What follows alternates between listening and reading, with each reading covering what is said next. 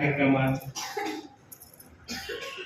ಕನಕದಾಸರ ಜಯಂತಿ ಅಂಗವಾಗಿ ತುಂಬ ಸುಂದರವಾಗಿ ಚೊಕ್ಕದಾಗಿ ಗಾಯನ ಕಾರ್ಯಕ್ರಮ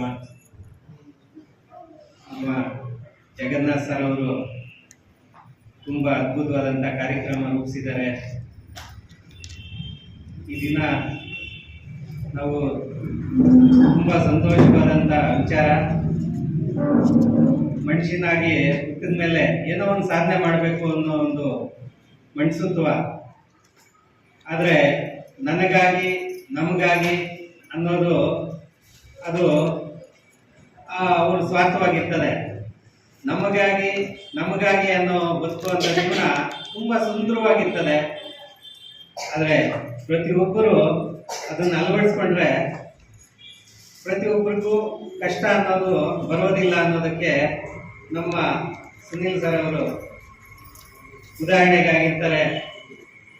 ಯಾವುದೇ ಕಷ್ಟ ನಷ್ಟ ಆದರೂ ಒಬ್ಬರಿಗೆ ಮನುಷ್ಯನ ಸಹಾಯ ಆದರೆ ಅದಷ್ಟು ಮನುಷ್ಯತ್ವ ಇನ್ಯಾವುದು ಸಿಗೋದಿಲ್ಲ.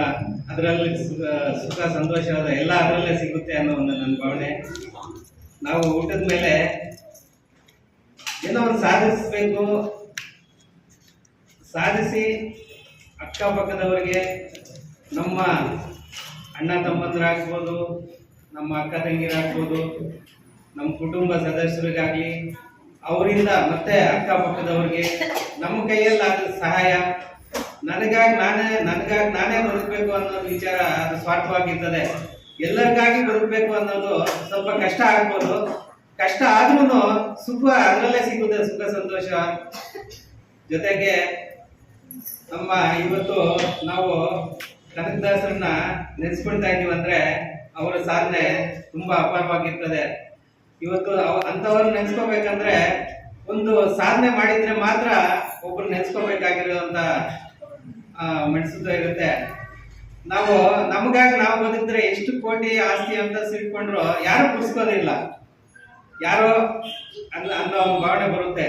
ಆದ್ರೆ ನಮ್ಮ ಕಷ್ಟದ್ರಲ್ಲೂ ನಮ್ಮ ಕಷ್ಟಪಟ್ಟಿರುವಂತ ಒಂದಷ್ಟು ದುಡ್ಡನ್ನ ಇನ್ನೊಬ್ಬರಿಗೆ ಹಚ್ಚಿದಾಗ, ಇನ್ನೊಬ್ಬರಿಗೆ ಸಹಾಯ ಮಾಡಿದಾಗ, ಹಸು ಅಂದವ್ರಿಗೆ ಊಟ ಕೊಟ್ಟಾಗ, ಒಂದು ಎಜುಕೇಶನ್ ಅಲ್ಲಾಗಲಿ ಮತ್ತೊಂದಾಗ್ಲಿ ಮುಂದುವರಿಸಿದ್ರೆ ಎಷ್ಟೋ ಅದರಲ್ಲಿ ಸಂತೋಷವಾಗಿರ್ತದೆ. ನಾವು ಇವತ್ತು ಆಸ್ತಿ ಅಂತಸ್ತಿ ಎಷ್ಟಾದ್ರೂ ಸಂಪಾದನೆ ಮಾಡಿದ್ರು ಏನು ಸುಖ ಸಿಗೋದಿಲ್ಲ. ಆದ್ರೆ ಒಬ್ಬರಿಗೆ ದಾನ ಧರ್ಮ ಮಾಡಿದ್ರೆ ಅದರಲ್ಲಿ ಬರುವಂತ ಸುಖ ಸಂತೋಷ ಇನ್ಯಾವುದ್ರಲ್ಲೂ ಸಿಗೋದಿಲ್ಲ. ಹಸುವಾಗಿರುವಂತವ್ರಿಗೆ ಊಟ ಇಕ್ಕಿದ್ರೆ ತೃಪ್ತಿಯಾಗಿ ತಿಂತಾರೆ. ಹೊಟ್ಟೆ ತುಂಬಿರೋವ್ರಿಗೆ ಊಟ ಇಕ್ಕಿದ್ರೆ ಹೆಸರು ಇಕ್ತಾರೆ, ಅದು ಸರಿ ಇಲ್ಲ ಇದು ಸರಿ ಇಲ್ಲ ಅಂತ ಒಂದು ಭಾವನೆ ಬರುತ್ತೆ. ದಯವಿಟ್ಟು ಹಸುವಾಗಿರುವಂಥವ್ರು ಊಟ ಇಕ್ಕಿದ್ರೆ ತುಂಬಾ ಸಂತೋಷವಾಗಿರ್ತದೆ. ಜೊತೆಗೆ ತಾಯಿ ತಂದೆಯರಲ್ಲಿ ಒಂದು ಮನವಿ, ಮಕ್ಕಳಿಗೆ ಸಂಸ್ಕೃತಿ, ಒಂದು ಮನೆ ಜವಾಬ್ದಾರಿ ಚಿಕ್ಕ ಮಕ್ಕಳಿಂದನೇ ಪ್ರಾರಂಭ ಮಾಡಿದ್ರೆ ಅವರು ಮುಂದಿನ ಬೆಳವಣಿಗೆ ಸಂತೋಷವಾಗಿ ಬೆಳೀತದೆ ಅನ್ನೋ ಒಂದು ಭಾವನೆ. ಯಾಕಂದ್ರೆ ಇವಾಗ ಈ ದಿನಗಳಲ್ಲಿ ನೋಡ್ತಾ ಇದ್ದೀವಿ, ಹೆಣ್ಮಕ್ಳಿಗೆ ಒಂದು 3 ತಿಂಗಳು 4 ತಿಂಗಳು ಆಗಿದ್ರೆ ಮದುವೆ ಆಗಿ ಡೈವರ್ಸ್ ಅನ್ನೋ ಪರಿಸ್ಥಿತಿ ಬರ್ತಾ ಇದೆ. ಯಾಕೆ ಅಂದ್ರೆ ಇತ್ತೀಚೆಗೆ ಸಂಸ್ಕೃತಿ ಬೆಳೀತಾ ಇಲ್ಲ.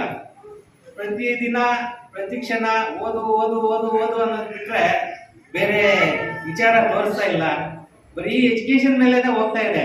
ಎಜುಕೇಶನ್ ಬೇಕು ಜೀವನಾಧಾರಕ್ಕೆ, ಆದ್ರೆ ಸಂಸ್ಕೃತಿ ಮನುಷ್ಯತ್ವಕ್ಕೆ ಸಿಗುತ್ತೆ. ಯಾರು ತಪ್ಪಾಗಿ ಭಾವಿಸ್ಬೇಡಿ. ಯಾಕೆ ಅಂದ್ರೆ ಮಕ್ಕಳು ನೋಡ್ತಾ ಇದ್ರೆ ತುಂಬಾ ಹೊಟ್ಟೆ ಉರಿತಾ ಇದೆ. ಯಾಕೆ ಅಂದ್ರೆ ಅವ್ರಿಗೆ ಪಾಪ ಗೊತ್ತಿಲ್ದಿರ ಬೆಳೆದ್ಬಿಡ್ತಾ ಇದ್ದಾರೆ. ಯಾಕೆ ಅಂದ್ರೆ ಇವತ್ತು ಮದುವೆ ಮಾಡ್ಕೊಟ್ಮೇಲೆ ಅವರು ನನ್ನ ಮನೆ ಜವಾಬ್ದಾರಿ ಅನ್ನೋ ಒಂದು ಭಾವನೆ ಬರ್ತಾ ಇಲ್ಲ.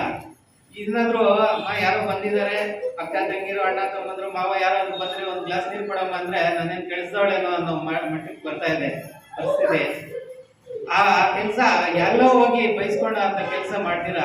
ದಯವಿಟ್ಟು ಮನೆಗಳಲ್ಲಿ ತಾಯಿ ತಂದೆ ಮಕ್ಕಳಿಗೆ ಮನೆ ಜವಾಬ್ದಾರಿ ಅಂತ ಹೇಳ್ಕೊಟ್ರೆ, ಓದೋದ್ ಮುಖಾಂತರ ಮಕ್ಕಳಿಗೆ ಜವಾಬ್ದಾರಿ ಹೇಳ್ಕೊಟ್ರೆ ತುಂಬಾ ಸಂತೋಷವಾಗಿ ಮಕ್ಕಳು ಬದುಕೊಂತಾರೆ. ಯಾಕೆ ಅಂದ್ರೆ ನಾವು ಮಾಡೋ ತಪ್ಪು ನಮ್ಮ ಮಕ್ಕಳು ಅನುಭವಿಸ್ಬಾರ್ದು.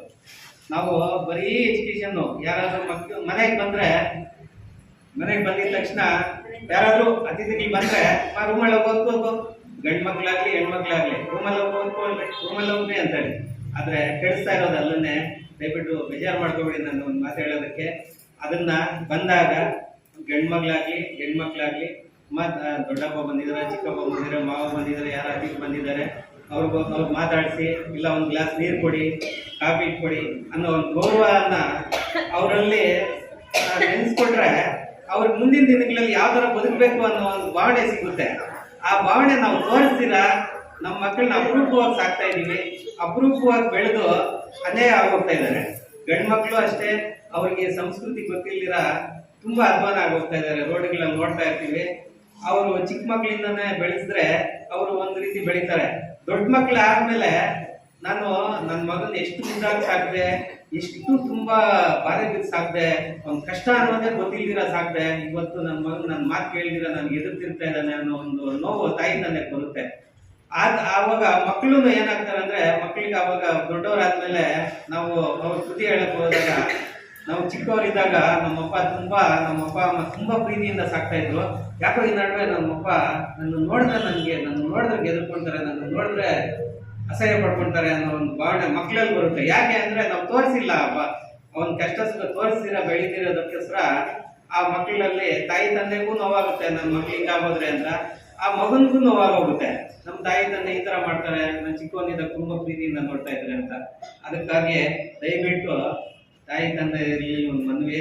ನನಗೆ ಯಾವ ರೀತಿ ಹೇಳ್ತಾ ಇರೋದು ಗೊತ್ತಿಲ್ಲ, ನನಗೆ ನೀವು ಯಾವ ಥರ ಅಂದ್ಕೊಳ್ತೀರಾ, ನನ್ನ ಮನಸ್ಸಲ್ಲಿ ಇರೋದನ್ನು ಹೇಳ್ತಾ ಇದ್ದೀನಿ. ದಯವಿಟ್ಟು ಮಕ್ಕಳಿಂದಾನೇ ಜವಾಬ್ದಾರಿಯನ್ನು ಕಳಿಸ್ಕೊಡಿ. ಆ ಒಂದು ಸಂಸ್ಕೃತಿ, ಒಂದು ದೇವಸ್ಥಾನ ಆಗಲಿ, ಒಂದು ದೊಡ್ಡವರು ಚಿಕ್ಕವರು ಒಂದು ಭಾವನೆ, ಅದರಲ್ಲಿ ಎಲ್ಲಾನು ತೋರಿಸಿದ್ರೆ ಅವ್ರಿಗೆ ಮುಂದಿನ ದಿನಗಳಲ್ಲಿ ಅವ್ರು ಯಾವ ಥರ ಬೆಳಿಬೇಕು ಅನ್ನೋದು ಮಕ್ಕಳಿಂದ